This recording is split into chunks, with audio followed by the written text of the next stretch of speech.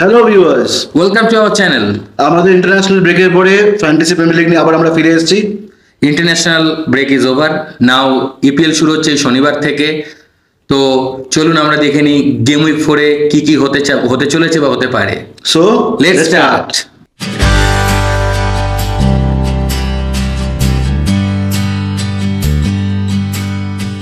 আমরা দেখতে পেলাম ইন্টারন্যাশনাল গেম উইক হলো, কিন্তু অনেক প্লেয়ার চোটও পেল।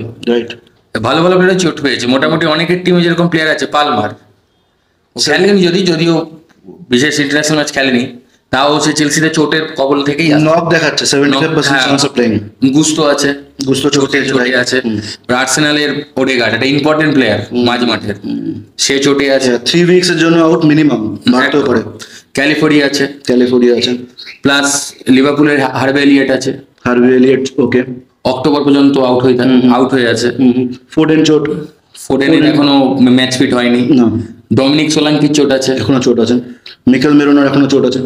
নাথানেকের চোটটা অত্যন্ত ভয়ঙ্কর হয়েছে। নাথানেকের চোটটা সিরিয়াস হয়েছে। হ্যাঁ, তো এরকম ভাবেই এত চোট পেয়েছে, তো টিম বানানো যাদের টিমের আছে তাদের পক্ষে চেঞ্জেস করা একটু প্রবলেম হতে পারে মেবি, আমার মনে হচ্ছে। তো অনেক ম্যানেজার্স কি করছে এই উইকে আমরা দেখছিলাম ওয়াইল্ড কার্ড মারছে।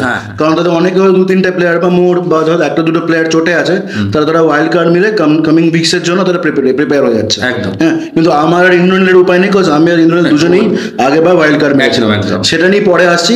কিন্তু আমাদের লাস্ট থার্ড গেম উইকে কোন টিমে কার সাথে কিরকম খেললো, কে কিরকম পারফর্ম করলো, কে স্কোরার, সেটা নিয়ে একটু আড্ডা মেরে নিই। একদম।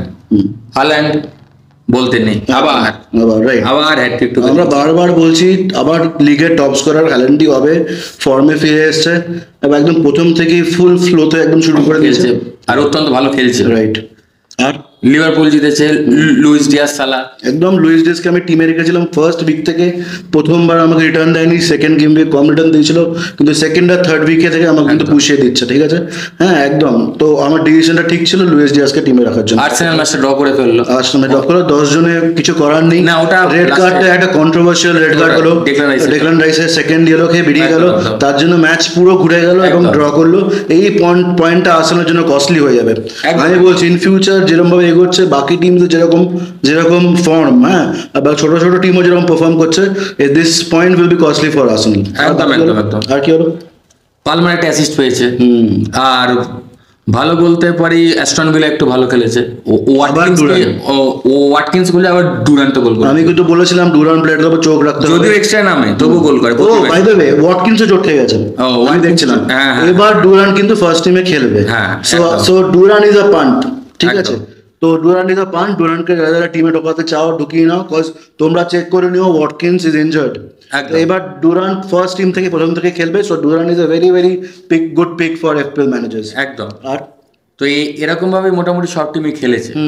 তো আর কি ম্যাচ হয়েছে মোটামুটি? আর যা ম্যাচ হয়েছে, ব্রাইটনের ম্যাচটা, ব্রাইটন সেরকম কিছু মানে ভালো, আমি ভেবেছিলাম ব্রাইটন কিছু ভালো রেজাল্ট করতে পারবে, আর্সেনালই খেলা ছিল, তো ম্যাচটা ড্র হয়েছে। হাওয়েভার, কিন্তু আরেকটা কথা বলছি, আমার আরেকটা টিমের খেলা থেকে খুব ডিসঅ্যাপয়েন্টমেন্ট লাগলো। কোনটা? স্পার্সের খেলা। কেন? কারণ স্পার্স প্রথম দিকে ম্যাচগুলো খুব ভালো খেলছিল, হট করে এই গেম উইকে সে নিউক্যাসল এগেনস্টে ম্যাচটা কেমন একটা হলো। বেশ স্পার্সের আমি ভালো লাগে খেলা দেখতে, কারণ সোয়ান খুব অ্যাটাকিং খেলে, তো দ্যাটস আমি স্পার্সকে পছন্দ করি। স্পার্সের খেলা দেখে আমার বিশেষ কিছু ভালো লাগলো না লাস্ট ম্যাচটা। তো যারা নিউক্যাসলের কাছে হেরেছে, তাই তো? হ্যাঁ, তো যারা ইসাককে হোল্ড করে রেখেছিল, ইসাক কিন্তু এবার পয়েন্ট দিয়েছে। চেলসি ড্র করেছে ক্রিস্টাল প্যালেসের কাছে। ঠিক আছে, তো এটা কিন্তু একটুখানি সে নিকোল জ্যাকসন গোল করেছে, কিন্তু এখানে একটা দেখার পয়েন্ট হচ্ছে যে এজে কিন্তু আবার স্কোর শিটে ব্যাক। হ্যাঁ, একটুখানি প্রথমে সবাই এপ্রিল ম্যানেজাররা হাল ছেড়ে দিচ্ছিল এজেকে নিয়ে, যে আমাকে রিটার্ন দিচ্ছে না, কিন্তু এজে কিন্তু রিটার্ন দেওয়া শুরু করে দিয়েছে এবং ওর প্রতি চোখ রাখতে হবে। ঠিক আছে, ওকে কখন টিমে ঢোকাতে হবে ঠিক সময় ফিক্সচার্স গুলো দেখে ওকে টিমে ঢুকে একদম। আর সেই এভারটন হেরেছে। এভারটনের টিমে কিছু নেই, এভারটনের টিম ফালতু, বলে লাভ নেই। এবার রিলিগেশন না খায় সেটা আমার ডাউট আছে। আর আমি একটা টিমকে নিয়ে বলবো না, ইউনাইটেডকে নিয়ে আমি কোনো কথা বলতে চাই না। Thank you. প্রত্যেকবার বলবো না করে অনেক কিছু বলে দিস। তো আমরা যেটা আগেরবার বললাম যে আমরা দুজনেই ওয়াইল্ড কার্ড মেরেছি, এবার আমরা দেখে নেবো যে আমরা ওয়াইল্ড কার্ড মেরে কি করে নিয়েছি। ঠিক আছে, আগে ইন্দ্রনীল বলুক, তারপর আমি বলছি। বলেন। আমার টোটাল পয়েন্ট ওয়াইল্ড কার্ডে হয়েছে, মানে মেরেছি যখন 72 হয়েছে গেম উইক 3-তে। গোলকিপার আয়া ছিল, একটা গোল খেয়েছে, তো 2 পয়েন্ট। কলিন্স ছিল ব্রেন্টফোর্ডের, একটা অ্যাসিস্ট করেছিল, হয়তো ক্লিন শিটই তো লাস্ট সেকেন্ডে গোল খেয়ে গেছে। লুইস ছিল ম্যানচেস্টার সিটির, ওই ম্যাচটায় একটা অ্যাসিস্ট করেছিল বলে আমি একটা পয়েন্ট পেয়েছি। প্লাস ফিস ছিল লেস্টারের, ও কিছু করতে পারেনি। আর আমার মাঝে মাঠটা খুবই ভালো ছিল, কিন্তু আশানুরূপ ফল আমার হয়নি। বুকায়ো সাকা ছিল, পালমার ছিল, কেভিন ডি ব্রুয়নে ছিল, এরা খুব একটা এফেক্ট, যতটা এফেক্ট করে ততটা করতে পারিনি। আর ক্যাপ্টেন অবশ্যই আমার ছিল হাল্যান্ড, 3 গোল করে দিয়েছে, এগিয়ে গেছে। আর আরেকটা ফরওয়ার্ড ছিল উইসো একটা আমাকে গোল করে পয়েন্ট দিয়েছে, দ্যাটস ইট। তোকে সাঙ্গারে প্লেয়ারটা পয়েন্ট দেয়নি না, সাঙ্গার প্লেয়ারটাকে আমি, কারণ ওটার কারণ হচ্ছে আমার কমের মধ্যে একটা মাঝে মাঠ লাগবে যে ফার্স্ট টিমে খেলে, ও খেলেছিল 45 মিনিটস পর্যন্ত, উঠে গেছে, 0 পয়েন্ট দিয়েছে, কোনো তো দ্যাটস ওয়াই ও 1 মিনিট 45 মিনিটস পর্যন্ত খেলেছে, একটা হলুদ কার্ড খেয়েছে, তো 0 হয়ে গেছে। ওইখানে চেঞ্জেসের কথা কিছু আমি ভাবছি, দেখি, চিন্তা ভাবনা করছি। ওকে, এবার তাহলে আমার বলি, আমি মোটামুটি আমি ভালোই পয়েন্ট পেয়েছি। ওয়াইল্ড কার্ডে আমি 88 পয়েন্টস পেয়েছি। অ্যান্ড মার্টিনেজ আমার গোলকিপার ছিল, সে 2 পয়েন্ট দিয়েছে, বেশি দেয়নি। গভার্ডিয়াল আমাকে ডিসঅ্যাপয়েন্ট করেছে, একটু মনে হচ্ছে আগের বার থেকে এবার একটু মানে too early in the season এখনো, বাট আই থিঙ্ক গভার্ডিয়ালকে হোল্ড করে রাখা উচিত। আমার এদিকে রবিনসন আর কলিন্স দুজনই 5-4 রেসপেক্টিভলি দিয়েছে, তো আমাকে ওরা পয়েন্ট দিয়েছে, আমি ওদেরকে হোল্ড করব। চলে আসি মাঝ মাঠে, পালমার 6, ঠিক আছে। বার্নার্ডো সিলভা আমার পান্ট, একদম যেটা বলছিলাম একটু ডিফারেন্সিয়াল, সে আমাকে 7 পয়েন্টও দিয়েছে। লুইস ডিয়াজ, বলছিলাম লুইস ডিয়াজকে আমি হোল্ড করে রেখেছিলাম, লুইস ডিয়াজ আমাকে 15 পয়েন্ট দিয়ে এই 88 পয়েন্টসটা রিচ করতে কিন্তু হেল্প করেছে, ঠিক আছে। ডিওগো জোটা 3 পয়েন্ট দিয়েছে, স্মিথ্রো 2 পয়েন্ট দিয়েছে। স্মিথ্রোকে ওপরে হাল ছেড়ে দেবো না আমরা, আমি স্মিথ্রোকে টিমে এখনো রাখবো, সরাবো না, এবং কামিং উইকসে আমি ওর থেকে পয়েন্টস ডিজার্ভ মানে এক্সপেক্ট করবো। আর সামনে চলে আসি ভিসা আর হাল্যান্ড, ঠিক আছে। হাল্যান্ড ক্যাপ্টেন ছিল, কোনো কথাই নেই, ওকে রিস্কই নেওয়া যাবে না ক্যাপ্টেন না রেখে।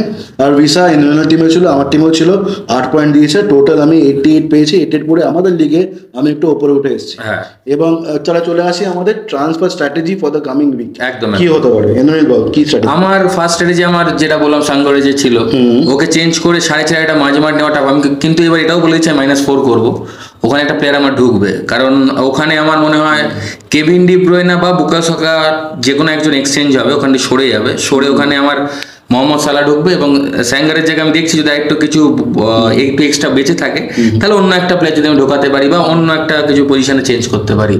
এছাড়া যদি আমি ট্রান্সফার স্ট্র্যাটেজি বলি, অন্য কিছু বলতে গিয়ে এই উইকের সুবিধা হচ্ছে আমার মতে লিভারপুলের হোম ম্যাচ নটিংহ্যাম ফরেস্ট, ওকে, তো ক্লিন শিট দেওয়ার একটা চান্স আছে। লিভারপুলের ডিফেন্স নেমা আছে, সব থেকে কম আমার মনে হচ্ছে কোনাটাকে খেলানো উচিত। হয় তো সে অ্যাসিস্ট বা গোল করবে না, কিন্তু এটা 5-এর ডিফেন্সে একটা ক্লিন শিট পাওয়ার ব্যাপার আছে। প্লাস লুজ ম্যাচ আছে হচ্ছে তোমার সিটিরও লুজ ম্যাচ, ঠিক আছে।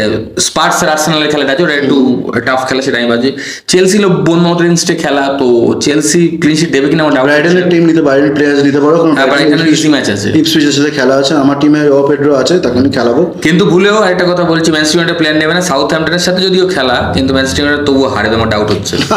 হয়তো হারবে না, কিন্তু যাই হোক একটু স্ট্রাগল কিন্তু করবে অবশ্যই। কিন্তু ওরা একটুখানি শেকি আছে, প্রথম দিন সিজনটা ওদের মানে পছন্দ মতন স্টার্ট হওয়ার নেয়নি। আচ্ছা, আমি চলে আসি আমার স্ট্র্যাটেজিতে। আমার কি ট্রান্সফার স্ট্র্যাটেজি হতে চলেছে আমার, আচ্ছা, ভিসা টিমে ভিসা আছে। ভিসার কিন্তু সামনের 2টো ম্যাচ একটুখানি কমপ্লিকেটেড, সামনে কামিং 2টো গেম উইক টাফ আছে। তো আমি নয় ভিসাকে সরিয়ে আমি একটা ভালো ফরওয়ার্ড নেব, যে আমাকে পালমারের জায়গায়, পালমার যেহেতু হলুদ আছে তার জায়গায় আমি পালমার খেলবে, আমারও তাই মনে হয়, সেটাই বললাম, সেটাই আমার second opinion. I will wait for the press conference to see, যদি পালমার খেলে তাহলে আমি আবার এই সপ্তাহে আমি আবার কোনো চেঞ্জ করব না। তাতে আমার কি হবে, আমার ব্যাংকে গিয়ে 3খানা ট্রান্সফার জমে যাবে। অলরেডি আমার 2টো ট্রান্সফার, ফ্রি ট্রান্সফার জমে আছে। এবার যদি পালমার ফিট হয়ে যায় আর আমার যদি মনে হয় ভিসাকে চেঞ্জ করার এখন দরকার নেই, তাহলে 3টে ট্রান্সফার জমে যাবে এবং তাতে আমি পরে ক্যাপিটালাইজ করতে পারবো। এটা আমার স্ট্র্যাটেজি। তোমরাও অ্যাজ ইউজুয়াল আমাদের স্ট্র্যাটেজি শুনে থেমে যাও না, নিজেদের স্ট্র্যাটেজিগুলো কমেন্টে জানাও, কিরকম ভাবে আমাদেরও জানাও। হ্যাঁ, আর প্রেস কনফারেন্সটা দেখবে, কিন্তু এটা কিন্তু প্রেস কনফারেন্স একদম চোখ রাখে, প্রেস কনফারেন্সে কে চোট খাচ্ছে না, কজ এটা ক্রুশিয়াল। ইন্টারন্যাশনাল গেম উইক শেষ হলো, আবার তারপরে শুরু হচ্ছে, অনেক প্লেয়ার চোট খাবে, অনেক প্লেয়ার বসবে না, অনেক প্লেয়ার নকে থাকবে, সেগুলোতে চোখ রাখবে, কমেন্টস করবে, শেয়ার করবে, এন্ড ফাটিয়ে জানাবে আমাদেরকে কি করে আমরা আমাদের পডকাস্টকে আরো বেটার করতে পারি।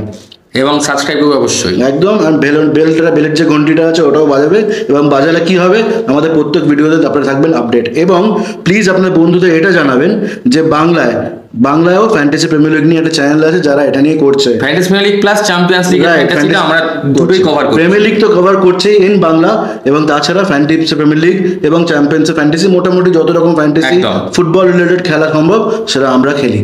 So see you next time.